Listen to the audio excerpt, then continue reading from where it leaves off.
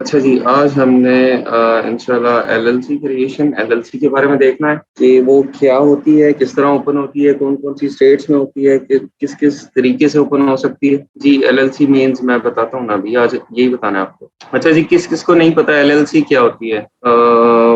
वो 1 प्रेस करें जिनको नहीं पता कि एलएलसी क्या चीज़ है। एक वर्चुअल एड्रेस पे आइडियली एक ही अकाउंट हो सकता है ओपन, आइडियली, लेकिन कई कई 100 भी हुए हैं, ठीक है, और चल भी रहे हैं और कई लोगों के बंद भी हुए हैं। तो कोशिश करें कि वो रिस्क आप वो नहीं लें। अच्छा जी, चैट मैंने कर दिया ऑफ। मेरी ज़िंदगी में अब काफ़ी सुकून रहेगा थोड़ी देर। पाकिस्तान में हम जब कंपनी रजिस्टर करते हैं तो हमारे पास क्या ऑप्शंस होती हैं। एक एओपी होती है, ठीक है। एओपी का किसी ने बताया भी था यहाँ पे, इसका ये एब्रिविएशन है एओपी पाकिस्तान, देख लेते हैं। हाँ, एसोसिएशन ऑफ पर्सन्स, ठीक है। कोई 2 लोग, 3 लोग, 4 लोग जब आपस में मिल के डिसाइड करते हैं कि हम बिजनेस करेंगे और लेट्स मेक अ डॉक्यूमेंट, एक डॉक्यूमेंट बनाते हैं, जो चीजें हम करने जा रहे हैं हम उसको लिख के गवर्नमेंट से रजिस्टर करवा लेते हैं, ठीक है। तो इसको कहते हैं एओपी, एसोसिएशन ऑफ पर्सन्स। अच्छा, दूसरी चीज है private limited, private limited company. Private limited company में क्या है, आपके मल्टीपल डायरेक्टर्स होते हैं और मल्टीपल डायरेक्टर्स के साथ हर एक की जो है वो रिस्पॉन्सिबिलिटीज होती हैं, हर एक की उसके अंदर शेयर्स डिफरेंट होते हैं और उसकी जो अथॉरिटी जो है वो भी हर एक बंदे की उसके शेयर्स के हिसाब से होती है डिफरेंट, ठीक है। तो प्राइवेट लिमिटेड का एक अपना स्ट्रक्चर है। एक है सोल प्रोप्राइटरशिप, आपकी जो इंडिविजुअल बंदा होता है वो जब काम कर रहा होता है, ठीक है, तो उसको सोल इसका प्रोप्राइट हाँ, सोल प्रोप्राइटरशिप ये होती है, ठीक है। ये इंडिविजुअल बंदा जब काम कर रहा होता है तो उसके लिए होता है। ये 3 टाइप्स हैं पाकिस्तान में काम करने की, ठीक है, या एक बिजनेस को रजिस्टर करने की, एक बिजनेस को लीगली करने की। इसी तरह जब हम यूएस में बिजनेस करने जाते हैं, ठीक है, यूएस में जब हम बिजनेस करने जाते हैं तो हमारे पास क्या क्या ऑप्शन होते हैं ये हम देख लेते हैं। एक है जी आपके पास की बिजनेस कॉर्पोरेशन है, फिर लिमिटेड लाइबिलिटी कंपनी है जिसको हम एलएलसी कहते हैं, ठीक है।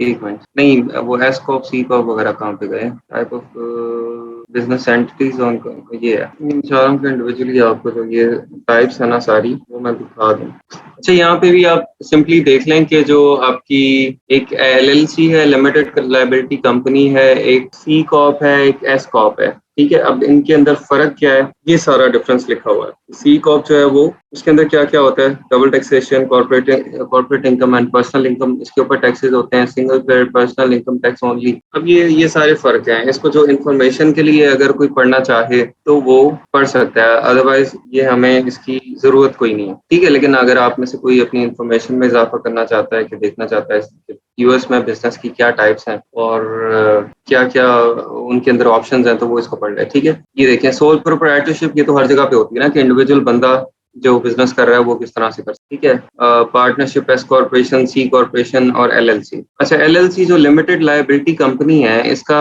आपको नाम से जो है वो पता लग रहा होगा कि इसके अंदर मिनिमम लायबिलिटी होती है किसके ऊपर, जो इसके डायरेक्टर्स होते हैं, जो ऑनर्स होते हैं, जो कि इसके अंदर शेयर होल्डर्स होते हैं, उनके ऊपर लिमिटेड लायबिलिटी होती है, ठीक है। अब इसकी भी डिटेल अगर किसी ने पढ़नी है तो यहाँ से ये पढ़ ले। इसके प्रोज और कॉन्स यहाँ पे ये लिखे होंगे, यहाँ पे नहीं है, तो एसको को सी को का डिफरेंस दिया हुआ, ठीक है। खैर, एलएलसी यूनिवर्सिटी के ऊपर इसकी डिटेल जो है वो आप देख सकते हैं कि डेफिनेशन और उसके फायदे नुकसान।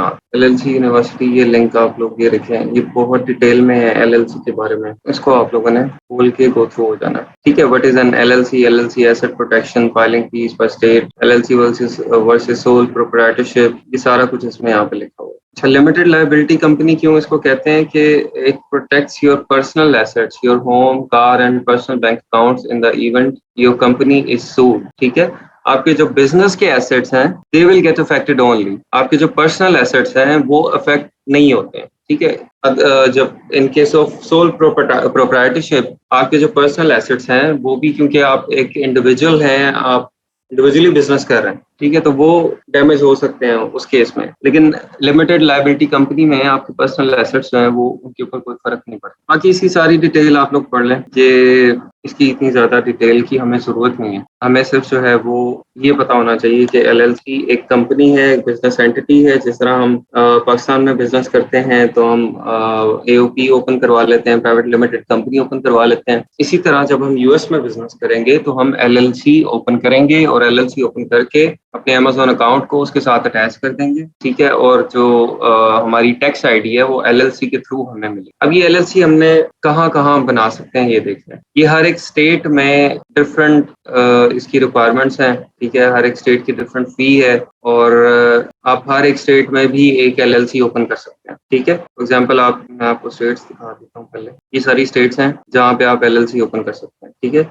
आप चाहें तो इन सारी स्टेट्स में एक एक एलएलसी ओपन कर लें या किसी भी एक स्टेट में एक कंपनी ओपन कर लें। इसी तरह से जिस तरह आप पंजाब में कंपनी ओपन कर लें, केपीके में कर लें, एक गिलगित में कर लें, तो ये उसी तरह से है। अब हमने देखना ये होता है कि हमें कौन सी स्टेट के अंदर फिजिबल रहेगा एलएलसी ओपन करना, ठीक है। उसके लिए हमारी रिक्वायरमेंट ये है कि एक तो जो उसके वन टाइम सेटअप फी हो वो मिनिमम हो। वन टाइम सेटअप फी मतलब जो एक दफा जब हम एलएलसी बनाते हैं तो स्टेट हमें चार्ज करती है एलएलसी बनाने का, वो फी कम से कम होनी चाहिए, ठीक है, ताकि इनिशियली हमारे ऊपर बहुत ज्यादा बर्डन ना पड़े और हमें थोड़े से पैसे पे करके हमारी कंपनी जो है वो ओपन हो जाए। दूसरी चीज है जो उसकी एनुअल रीन्यूअल फी है। एनुअली आपको फी पे करनी पड़ेगी उसको रिन्यू करवाने के लिए, वो कम होनी चाहिए। एनुअल रिन्यूअल फी बहुत ज्यादा ना हो। कुछ स्टेट्स में इस तरह से है कि उसकी वन टाइम सेटअप फी तो काफी कम है लेकिन एनुअल रिन्यूअल फी बहुत ज्यादा है। लोग क्या करते हैं, लोग देखते हैं कि हाँ ये तो सिर्फ $60 है, एक दफा पे करना है तो ये सस्ती है, ये बना लेते हैं। लेकिन ये नहीं देखते हैं कि $300 पर एनम आपको उसके पे करने पड़ेंगे उसके रिन्यू करने के लिए, ठीक है। अब कुछ स्टेट्स हैं उसमें आपको 150 180 आपको वन टाइम पे करना है, लेकिन जो एनुअल रिन्यूअल फी है उसकी है ही नहीं, आपको एनुअली पे ही नहीं करना कुछ इसको रिन्यू करवाने के लिए। तो ये वाली जो स्टडी है थोड़ी सी ये आपको करनी पड़ेगी, ठीक है। तीसरी चीज है इसकी टैक्सेस। स्टेट कितने टैक्सेस आपको चार्ज कर रही है। टैक्सेस को हमने देखना है कि मिनिमम टैक्सेस होने चाहिए और हमारा जो एक परसेंटेज है, क्योंकि यहाँ पे टैक्सेस भी दो तीन तरह के हैं। एक तो टैक्सेस है आपका सेल्स टैक्स, ठीक है। टैक्सेस हम डिटेल में जाएंगे जब टैक्सेशन वाला करेंगे कंटेंट, तो वहां पे हम देखेंगे, क्योंकि अभी मैं आपको टैक्सेस बताया तो आप परेशान हो जाएंगे उसमें। एक सेल्स टैक्स है, आईआरएस से रिलेटेड है। दूसरा आपकी इनकम टैक्स है, वो सब कुछ। लेकिन आपने बस इनिशियली अभी इस लेवल पे आप यही देखें कि आप जो एलएलसी ओपन कर रहे हैं उसके अंदर टैक्सेस कितने कम से कम है, उसकी एनुअल रिन्यूअल फी कम है और उसकी वन टाइम जो सेटअप फी है वो कितनी है। अच्छा, यहाँ पे जो मोस्टली हम पाकिस्तानी हम लोग ओपन करते हैं एलएलसी, हम कहाँ पे करते हैं, टेक्सास में, के अलावा व्योमिंग में और डेलावेयर की तरह। ये डेलावेयर में। अच्छा, मिजोरी भी बहुत लोग ओपन करना शुरू हो गए हैं। मिजोरी जो है वो बड़ी चीप है, काफी लोगों ने शुरू कर दिया इसको, लेकिन मिजोरी में टैक्सेस बहुत ज्यादा है। अच्छा जी, ये स्टेट्स मैंने ओपन कर ली। यहाँ पे ये आपको बता रहा है कि टेक्सास जो है वो उसके अंदर स्टेट फाइलिंग फी $300 है। $300 आपको वन टाइम स्टेट को पे करने पड़ेंगे एलएलसी को क्रिएट करने। अच्छा, यहाँ पे ना इन्होंने एक टेबल बनाया हुआ था, एक मैं वो टेबल आपको दिखा, वहाँ पे बड़ा अच्छा कंपैरिजन हो रहा था सब स्टेट्स का। टेबल मैं देखता हूँ यहाँ पे कहाँ पे है। ये एनुअल फी है और ये स्टेट फी है। ये हाँ, ये टेबल है, इसमें इन्होंने कंपैरिजन किया हुआ है। एलएलसी एनुअल फी, ये इसकी एनुअल फी है और ये फाइलिंग फी है। तो यहाँ से आप बड़ा इजीली कंपेयर कर सकते हैं कि कौन सी स्टेट जो है वो उसकी आपकी एनुअल फी भी कम है और इनिशियल फाइलिंग फी भी कम है। लेकिन इसके बाद आपको इसको जो टैक्सेस है उसको भी सर्च करना पड़ेगा, ठीक है, क्योंकि यहाँ पे टैक्सेस की डिटेल नहीं दी हुई है। टैक्सेस का नहीं बताया हुआ है, सिर्फ जो आपकी फाइलिंग फी है और एनुअल फी है वो बताया हुआ है। अच्छा जी, यहाँ पे हम आते हैं, देखिए एरिजोना में देखें $50 फाइलिंग फी है और एनुअल फी कोई भी नहीं है। उसके बाद आते हैं कोलोराडो में भी कम है। अच्छा, डेलावेयर इसीलिए सिलेक्ट किया जाता है कि इसकी एक तो जो इनिशियल सेटअप फी है वो तो कम है ही, लेकिन डेलावेयर में बहुत ज्यादा बिजनेस प्रोटेक्शन बहुत ज्यादा मिलती है। आपके जो बड़े बड़े बिजनेसेस हैं उन सब की एलएलसीज डेलावेयर में है। डेलावेयर की जो स्टेट है वो आपको बिजनेस को बहुत ज्यादा प्रमोट करती है और प्रोटेक्शन बहुत ज्यादा देती है, ठीक है। तो इसलिए काफी ज्यादा जो बड़े बड़े नाम है वो आपको डेलावेयर में रजिस्टर्ड मिले। जॉर्जिया, हवाई, मिजोरी, हाँ मैं आपको बता रहा था, ये देखिए मिजोरी जो है वो $50 इसकी वन टाइम सेटअप फी है और $0 इसकी रिन्यूअल फी है। ठीक है, no annual fee plus no report due. आपको कोई रिपोर्ट भी ड्यू वो सबमिट नहीं करनी है और एनुअल फी भी सबमिट कर, लेकिन यहाँ पे टैक्सेस ज्यादा होंगे मिजोरी के। ठीक है, टैक्सेस जब आप ज्यादा करेंगे तो टैक्सेस ज्यादा होंगे। इसको ज्यादा लोग जो ड्रॉप शिपिंग वाले हैं वो ओपन करते हैं, क्योंकि टैक्सेस तक उनका अकाउंट पहुंचता ही नहीं है। एक साल के अंदर अंदर माशाल्लाह सस्पेंड हो जाता है, तो वो फिर टैक्सेस की उनको टेंशन होती नहीं है। अच्छा जी, इसके बाद हम इसको देख लेते हैं टेक्सास को। टेक्सास $300 वन टाइम फी है और इसके $0 फॉर मोस्ट LLC।